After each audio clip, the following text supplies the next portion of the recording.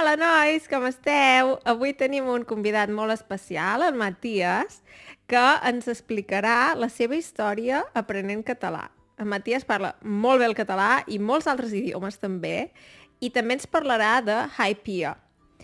Hola, Matías, benvingut, com estàs?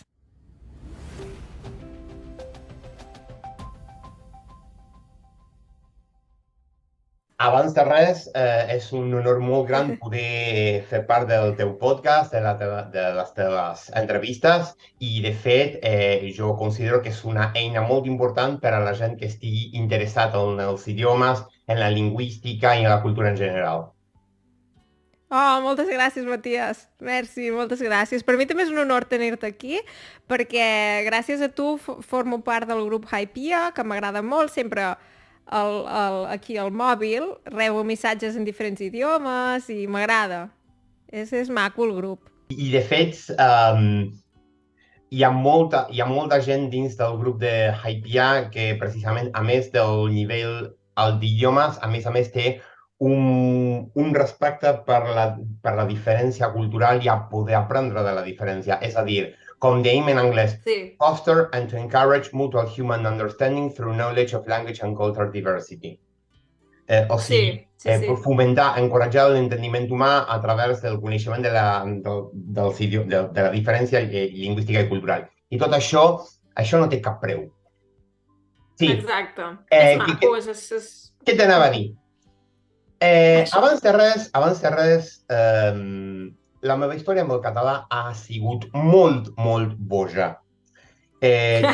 Tu saps que jo de família catalana res de res, soc jueu, els meus besavis van emigrar de Polònia, Ucrània, Belarus cap a l'Argentina a principis del segle passat,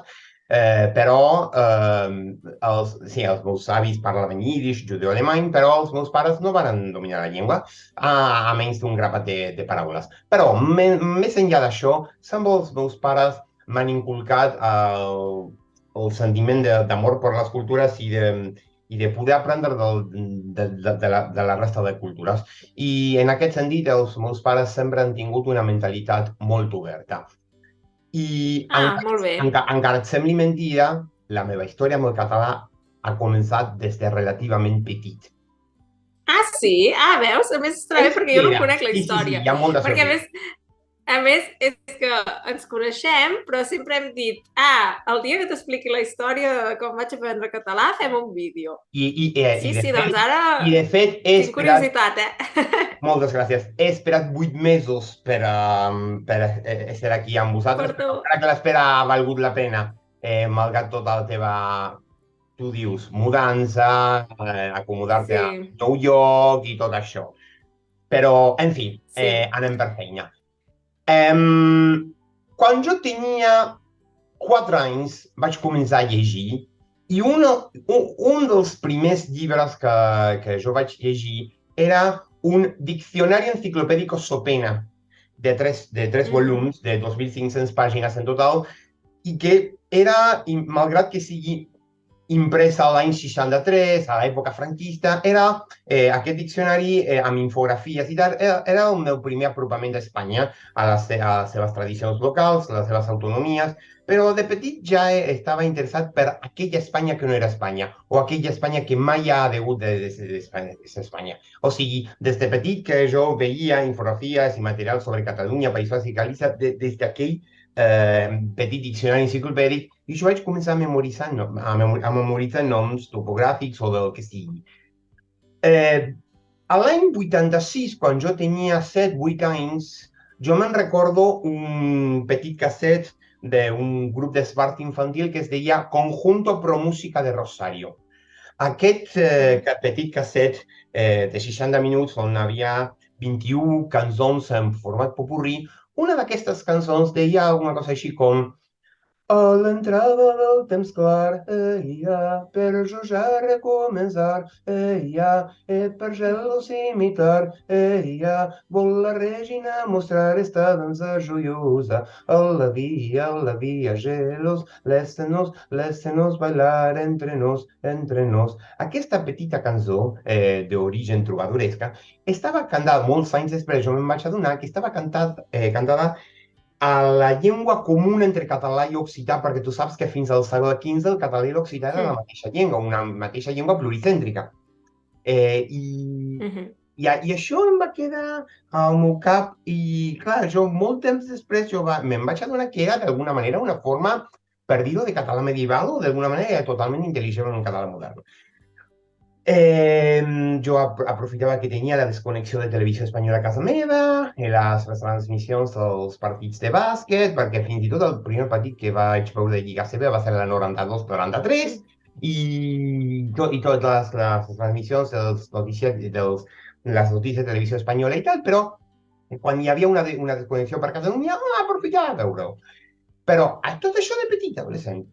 Molt temps després, l'any 2002, al MIRC, al Multiple Internet Relay Chat, vaig conèixer a un noi d'ençà 16 anys que es deia Sergi.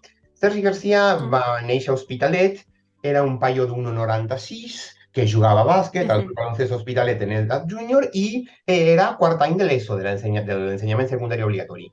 I ell en un moment donat em va començar a escriure i me n'adonava que tenia greus errors ortogràfics quan ell volia escriure'm en castellà, qual amb Q i tot això. I jo me n'adonava que fins a aquell temps potser no tenia molt en compte que hi havia gent dins de l'estat espanyol que podia mai o gairebé mai utilitzar el català a la seva vida quotidiana. Llavors ell em va demanar si ell em podia escriure en català, potser amb ingenuïtat. Però per a la seva sorpresa estava parlant amb un poliglota.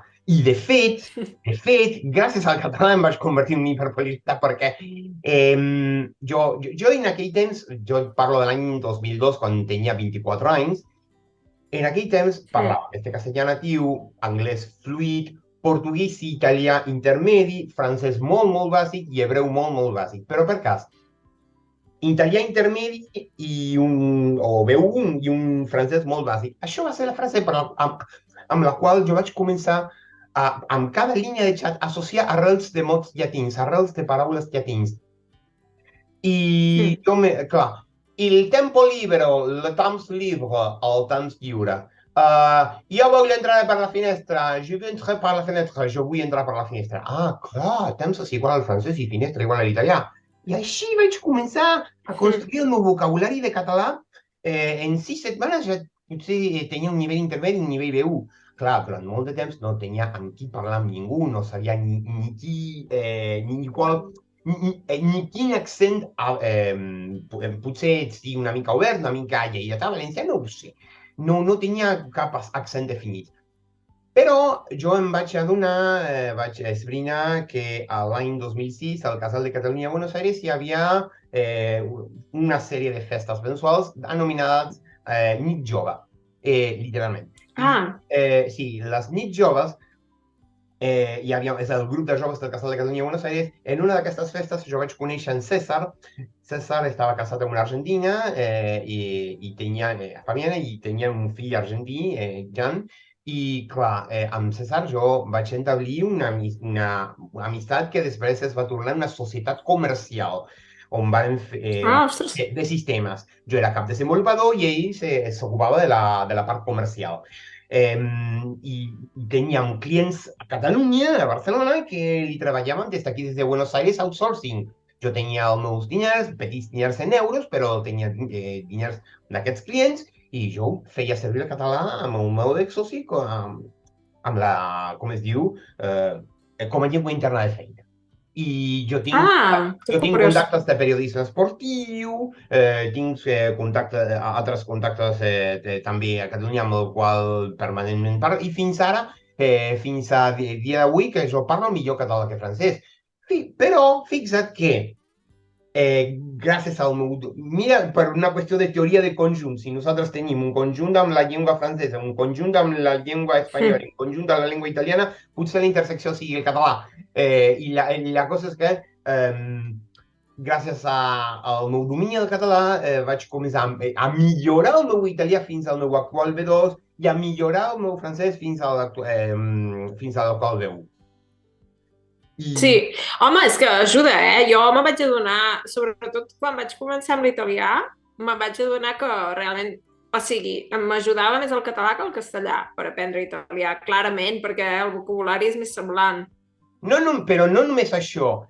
Molta gent de l'Institut d'Estudis Catalans, hi ha el Ramon Llull, hi ha el, no ho sé, Òmnium Cultural, hi ha qualsevol institució que vegi per els interessos de la llengua, que es queixen de que no utilitzem correctament els pronoms febles per influència del castellà. Però la realitat és que mai s'han assabentat de que la regla dels pronoms febles catalana és un 99% idèntica al francès i un 90% idèntica a l'italià, amb el Mhm.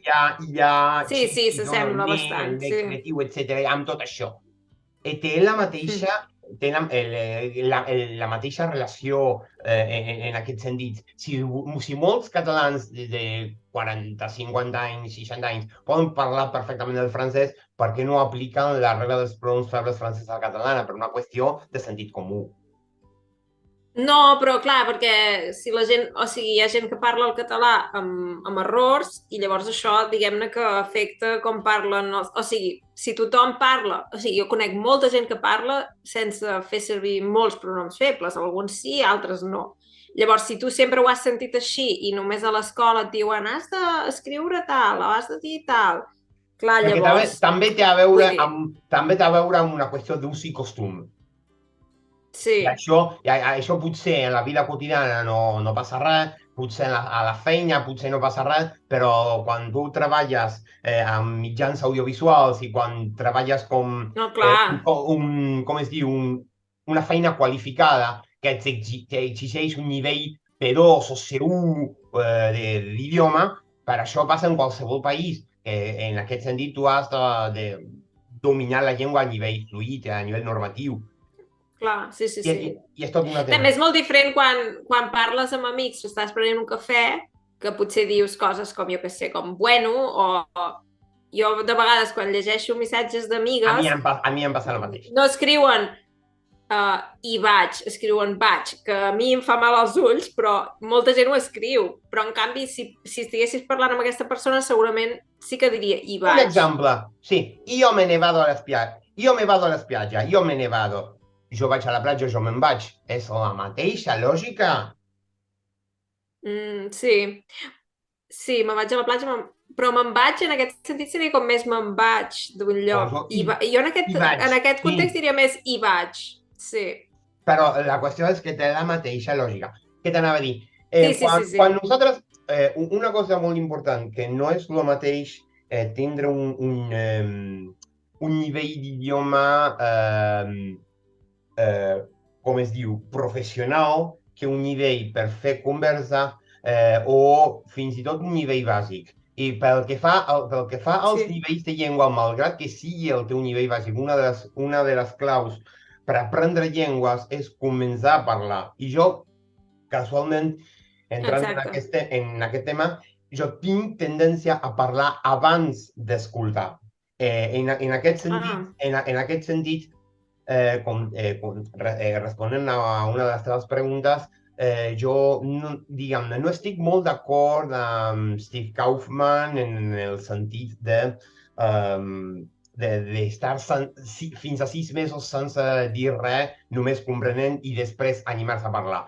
Una vegada que jo construeixo una gramàtica, tracto de començar a parlar quan abans. O sigui, jo sempre dic que sí. jo tinc l'al·legoria de la piscina de natació, on Mm. els murs i els pis, les parets i el pis, és la gramàtica i l'aigua és el Borchardt, el vocabulari. I Sí. a mi no m'importa si jo tinc un quart d'aigua, jo... Jo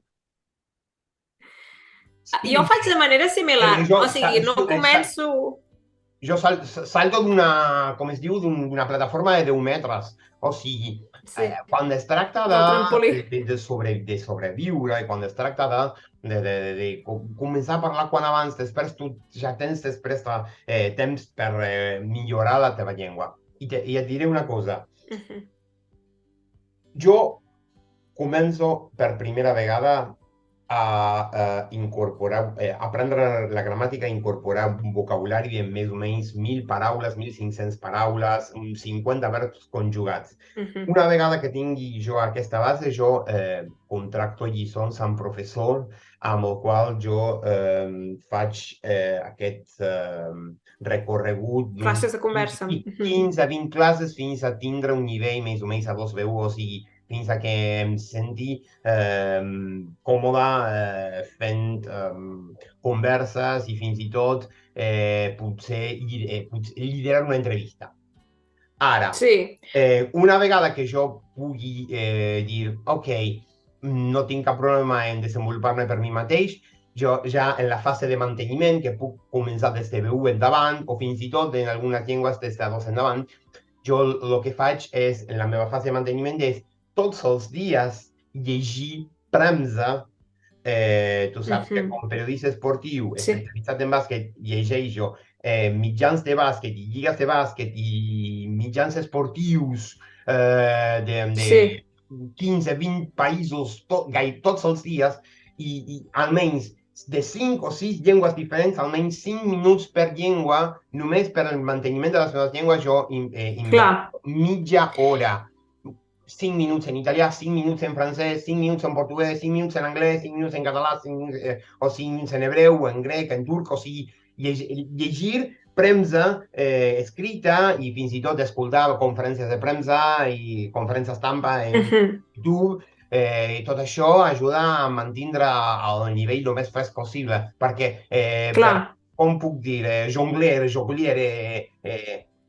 Ah, sí, un fer malabarisme malabars. perfecte. Nosaltres, els hiperpoliglòtes, tenim un malabarisme permanent. És una gimnàsia que s'adquireix. Home, sí, és interessant això, perquè hi ha gent que diu que no necessita fer manteniment, però jo sóc com tu, o sigui, jo si no faig manteniment, sí que és veritat que en alguna part del cervell s'hi queda la llengua, si llavors la tornes a activar, però jo, per exemple, que ara he estat 3 anys fent servir poquíssim el francès, sí que m'he donat doncs, que parlo pitjor que fa 3 anys, i no passa res, ja ho recuperaré, però t'entenc. Però per altra banda també, o sigui, jo no sé si podria, t'admiro, de fer manteniment de tantes llengües a diari, perquè jo ho trobo massa estressant, o sigui, jo em centro en unes llengües i les altres les deixo una mica per cadetes, i llavors més endavant m'hi torno a posar, saps? Però t'entenc, perquè també sap greu perdre les llengües, o sigui, si ja has impartit tantes hores i tu passes bé, t'agrada, sap greu baixar de nivell, però s'ha de trobar com un equilibri. Jo, per exemple, m'agradaria aprendre un dia japonès, però també per altra banda em passa que dic, ostres, és que ja no puc més, o sigui, no tinc prou temps. Saps què vull dir? No, a veure. Una cosa són les core languages, les 6 o 7 llengües principals que nosaltres tenim per a ús quotidià.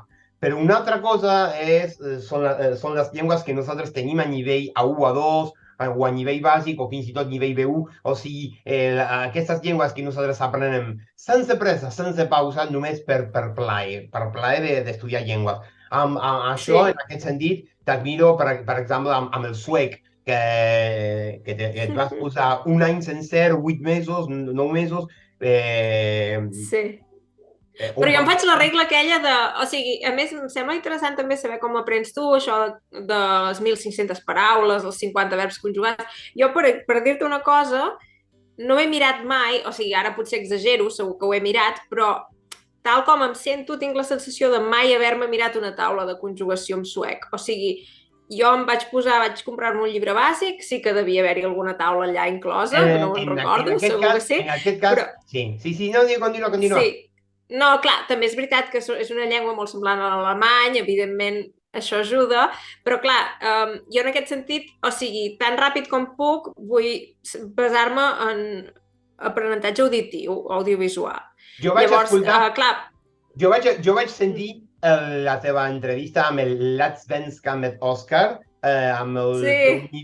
i precisament això de parlar del teu nivell A2 o potser aquest intermedi A2 B1 o baix intermedi, en aquest sentit jo vull fer una jo vull parlar perquè fa això, perquè és un tema que a mi m'interessa molt, perquè té a veure amb el desenvolupament del nostre nivell. Tu saps que jo durant un any i mig, 2 anys, he après el macedoni com la meva primera llengua Sí, eslava. Tu sí, saps de què parlo perquè tu almenys tu tens un nivell intermedi de rus. Però sí, jo, la meva primera aproximació, el meu primer apropament sí. a les llengües eslaves pel que fa, per exemple, als parts imperfecte, perfecte dels verbs i tot això, citat i pisat i tot això, ha sigut pel serbocroata. Eh, Ah, sí, però jo en un moment donat em vaig assabentar de... Ah, vaig descobrir el macedoni i jo em vaig quedar totalment fascinat amb el macedoni per tres mira. motius. El primer motiu té a veure amb que el macedoni, junt amb el búlgar, són les úniques llengües estatals que no hi tenen cap sistema de casos. En segon lloc, Ah, que bé. té a veure amb el Richard Simcoe, lògicament, que anglès, però la seva família a Macedònia, viu a Macedònia des de fa 15 anys i que he tingut la sort de conèixer-ho personalment a Polònia l'any passat i que anirà a veure també al juny, al Poliot Gathering. I el tercer motiu té a veure amb Undolingo, perquè casualment, el primer event que jo vaig anar cap ahir, el 6 de juliol de 2018, vaig conèixer un noi, Héctor, que era argentí, de Chaco, de l'interior de l'Argentina, però que el seu besavi era nascut a Ohrid, a Macedònia, i sempre es posava banderetes de castellà, anglès i macedoni, i mai ha tingut la possibilitat Oh, d'aprendre macedoni, o millor dit, de practicar el seu macedoni. Jo li presentava xiques, noies sèrbies, búlgares o croates, per més o menys entre castellà, portuguès, o castellà, català, quan el serbi macedoni d'alguna manera s'entén. Bueno, la cosa és que tard o d'hora aprendré la teva llengua. I, de fet, jo he pres 17 lliçons d'italki amb Jadranka i ara mateix em puc considerar un nivell A2 i, de fet, he pogut parlar amb Richard Simco de Macedònia amb total confiança i això, com que el macedoni té moltes paraules de serbocroata i a més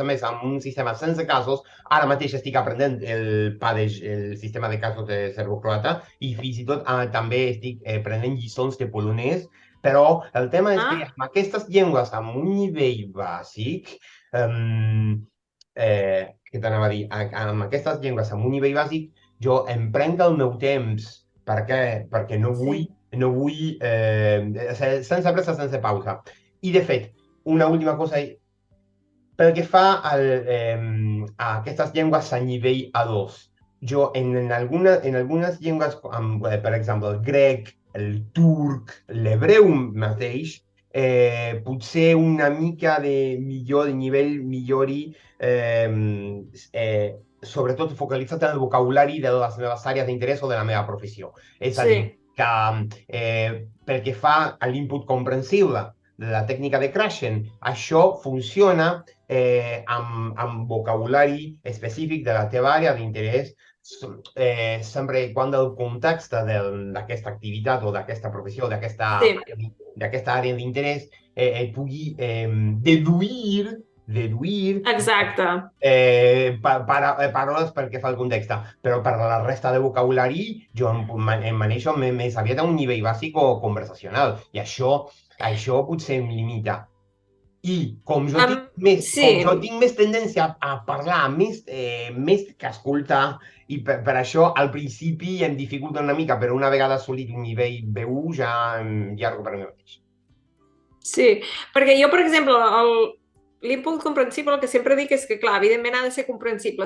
Si jo, per exemple, ara em poso un podcast en xinès, no entendré res, zero. Estàs aprenent Però, en xinès? canvi, no, no, era un exemple, Sí, però sí, per sí. això mateix, perquè com que no, o sigui, no sé dir res en xinès, no em serviria de res, per molt a poc que parli el podcast, si No, no però entenc res, potser no entenc l'input res. comprensible en suec, tranquil·lament el pots fer-ho.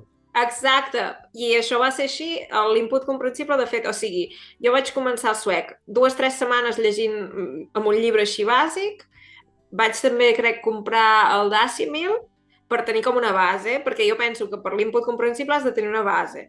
I llavors ja tenint aquesta base més el fet de parlar alemany i anglès, Jo ja feia servir el podcast de l'Òscar, que no tenia ni un nivell A1, però és que és un podcast que diu hola, com estàs? Com va Té un tot? nivell I clar, tranquil, és lent, lent modulat i tot això. i progressiu, i això va molt bé perquè jo, per exemple, ara escolto, ara que més ja no estic gens centrada en el suec, però per anar mantenint de tant en tant escolto algun episodi. I l'Òscar ara ja parla més o menys normal, i el podcast d'en Frederick, no sé si coneixes el Sí, Simple el Swedish. conec de nom. Simple Swedish Podcast, doncs el nivell és de B1 més o menys. No és posar-te la ràdio en suec tampoc, saps? O sigui, la ràdio en suec és molt més difícil que el podcast aquest d'en Frederick, que deu ser d'un nivell B1. O sigui, que segueix sent input comprensible, no és ben bé discurs natural, saps? Tal qual. Pel que fa diguem-ne, a les llengües com les vaig aprendre, jo vull dir que la meitat de les meves llengües les vaig aprendre a un nivell mainstream i les altres llengües les vaig aprendre a un nivell, diguem-ne, autodidacta. Pel que fa, lògicament, a l'anglès, el curs en paral·lel a l'escola primària, les sèries i pel·lícules, i els device manuals com a programador. El català, lògicament, el vaig explicar abans. El portuguès, l'italià i el francès mai he pres cap classe, només la TV per cable.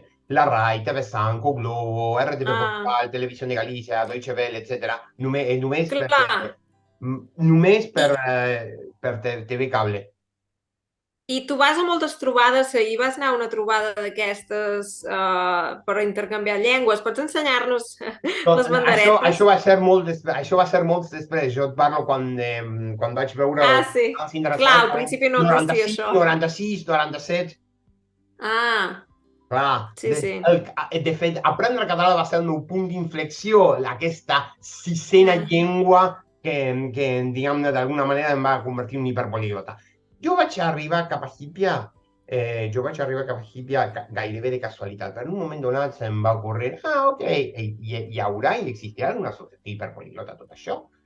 I jo vaig esbrinar el 2018 i vaig descobrir que sí. Però en un moment donat, no, això l'any 2017. Al novembre de 2017, en un moment donat, jo me'n recordava aquest vídeo de Richard Simco de 16 llengües a l'any 2008. He de fer algun vídeo així. I vaig fer un vídeo que es diu Reflexiones sobre idiomas y periodismo. I progressivament... Okay, el puc posar aquí a la descripció. Castellà, anglès, italià, francès, català, portuguès, romanès, euskera, grec, turc, romanès, grec, turc, hebreu, una mica alemany, una mica holandès, crec que serbo-croata, grec, sí, turc i hebreu, sí, una cosa així. Vaig fer un vídeo de 15 llengües, però clar, en un moment donat, moltes llengües a nivell A2 o tractant d'explicar les coses el millor que pugui amb un vocabulari una mica més senzill. No tant del tipus Berichterstattung, però d'alguna manera fer-me comprendre. I amb aquest vídeo, en un moment donat, jo vaig contactar a Usman al febrer de 2018. Ok, me'n van avaluar, vaig completar la meva entrevista i des del febrer 2018 vaig entrar a Hípia. Quan vaig entrar a Hípia es va fundar el 9 de novembre de 2016, el cumpleaños número 30, l'aniversari número 30 d'Usman, i jo quan vaig entrar eren només 40 membres. 40 membres. Sí. Clar, i sempre hi havia el grup aquest de WhatsApp? No, el grup de WhatsApp... Ho explico una mica perquè la gent potser el grup de WhatsApp va començar el 2020. La cosa. Una vegada jo vaig entrar, érem 40 membres i vaig buidar la meva entrevista i vaig començar a enviar tots els meus contactes poliglotes, sigui de Duolingo, de Club de Poliglota Brasil, i de Facebook, LinkedIn, etc. Jo sabia que hi havia molta gent que parla entre 6 i 10 llengües, entre ells tu, amb el qual precisament hi podria ser interessada. I vaig començar, Matías from Hípia,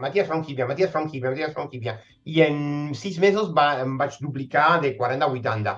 A l'agost de 2018, Usman em va nomenar Director of Recruitment i l'associació a poc va començar a créixer. Després, el 17 de febrer de 2020, un mes abans de la pandèmia, vaig reunir 60 contactes meus que parlen 6 llengües o més, independentment que siguin membres de Hipia o no, i vaig començar a fer que la gent socialitzi i també el tema de la gran fet i tot això, i a poc a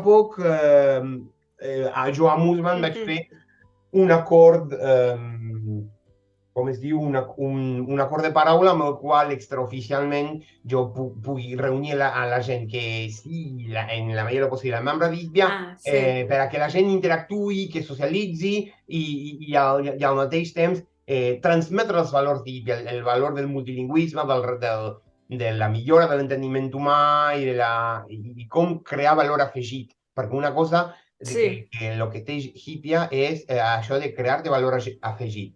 Això de que no tinc temps per fer una prova de fluidesa. Si tu tens un vídeo ja gravat, benvingut sigui. I en aquest sentit, si tu és una si Hypia no només avalua a nivell de llengua, sinó també el teu compromís amb el multilingüisme, i jo sé que en el teu cas, sense cap mena de dubte, ho tens. Sí, jo quan vaig entrar pensava, ostres, clar, hi ha gent... Jo quan vaig entrar acabava de començar amb l'italià, crec, llavors, clar, vaig pensar, o sigui, jo fins a dia d'avui tampoc em considero hiperpolíglota, o sigui, que per mi està bé ser-hi, però vull dir que per mi... Només és un criteri per entrar a l'associació. O sigui, en aquest sentit, pots quedar clar que això de poliglota o hiperpoliglota, de fet de Hyperpolyglot International Association, el llindar de 6 llengües és només un requeriment per entrar a l'associació, malgrat que és que jo crec que això tira una mica enrere, perquè pot semblar, o sigui, que em sembla superbé i m'agrada molt el grup, però per això de vegades jo crec que gent quan sent el nom pensa no ets l'única. És una mica elitista, no? Però doncs, no. En aquest sentit, tant el grup de WhatsApp com la Gran Fet i tot això, nosaltres tractem de proveir d'eines per a que dins l'elitisme siguin el més oberts possible, el més inclusius possible. I en aquest sentit és una feina que s'ha de fer. I per últim, per a tancar aquesta entrevista, tu saps quina és la meva llengua preferida? Encara et sembli mentida? Espero que sigui el català. Sí, és el català. I et diré una cosa. I et diré una cosa. Per tres raons importants. La primera té a veure des del punt de vista lingüístic. Jo vaig descobrir que el català és més proper al llatí o tan proper al llatí com l'italià, i quan jo et parlava d'aquesta teoria de conjunts amb elements del castellà, elements de l'italià i elements del francès o occità, i que té, diguem-ne, elements gramaticals propis de cadascú, i que és realment un cas d'estudi, i a més, des del punt de vista de centralitat, d'intercomprensibilitat entre les llengües llatines, el català en aquest sentit a mi m'agrada, té una perfecció i un carisma, una sonoritat i com jo acostumo a dir, que el català en aquest sentit és tan romàntic com l'italià i tan refinat com el francès. Sí, això en primer lloc. En segon lloc, té a veure amb una qüestió reivindicativa, que el català potser és una de les llengües que pertany a, diguem, estats sobirans o treuen d'Andorra dins la Unió Europea, que el català té més parlants que, per exemple, Finlàndia, Estònia, Letònia, Lituània, Eslovènia, Malta, o potser tants parlants com Hongria en aquest sentit. Estem parlant de 9,2 milions de parlants de català. O sigui, i en aquests sentits, jo crec que, malgrat que sí o no, un estat sobirà, jo crec que el català a la Unió Europea, al Parlament Europeu i a la Comissió Europea ha de tindre una presència en aquest sentit. Precisament per això el català ha de tindre un estatus equiparable al de qualsevol país membre de la Unió Europea. per la seva singularitat. I en tercer lloc, jo amb el temps jo em vaig assabentar de la rica història de Catalunya i fins de la preponderància que Català va tindre a l'edat mitjana i tot això, tota la història des de les famílies Urania fins aquí, fins a 1000 anys abans, jo amb el temps me la vaig estudiar i jo et puc assegurar que la cultura catalana a mi m'ha enriquit com a persona. Que maco, molt bé. I tu també m'has enriquit com a persona sense cap... Ah, sí? Molt bé. Que bé, Matías, és que és molt interessant, segur que em sembla que fa una bona estona que parlem, però és que, clar, com que és interessant, vas seguint i ja està bé. Sí, i crec que m'ha agradat també el fet que fos una conversa així una mica més espontània. No? Jo havíem preparat preguntes, ja les hem anat, diguem-ne, cobrint, però m'ha agradat de no ai, espera, que miro la pregunta, sinó que simplement una conversa. I espero, nois, que us hagi agradat molt també a vosaltres. Podeu deixar comentaris a sota i en Matías segur que els contestarà, o sigui, contestarà les preguntes, si n'hi ha. Oi, Matías? Per a mi serà un plaer i un gran honor poder contestar preguntes i fins i tot en qualsevol llengua que vosaltres vulgueu. Això. Molt bé, perfecte, Matías. Doncs moltíssimes gràcies per haver estat avui amb nosaltres i sí, ens veiem ben aviat i això, la Gran Fet, potser, que la Gran Fet és, no sé si ho hem explicat, com que nosaltres ja ho sabem, em sembla que no ho hem explicat, a Hypia es fan trucades per Zoom un cop al mes i tots els membres... L'últim diumenge de cada mes. Sí. Ah, això, l'últim diumenge de cada mes. Nosaltres ens reunim per parlar fins a 4 hores non-stop en qualsevol llengua, 15 breakout rooms, tu pots anar i tornar com qualsevol living, en aquest sentit és una trobada poliglota virtual, que és una activitat oberta, gratuïta per tothom, tot que prèvia invitació. Però benvinguts. Exacte. Si us interessa això, podeu escriure un missatge a sota i res, moltíssimes gràcies, Matías, i ens veiem ben aviat. El plaer és meu.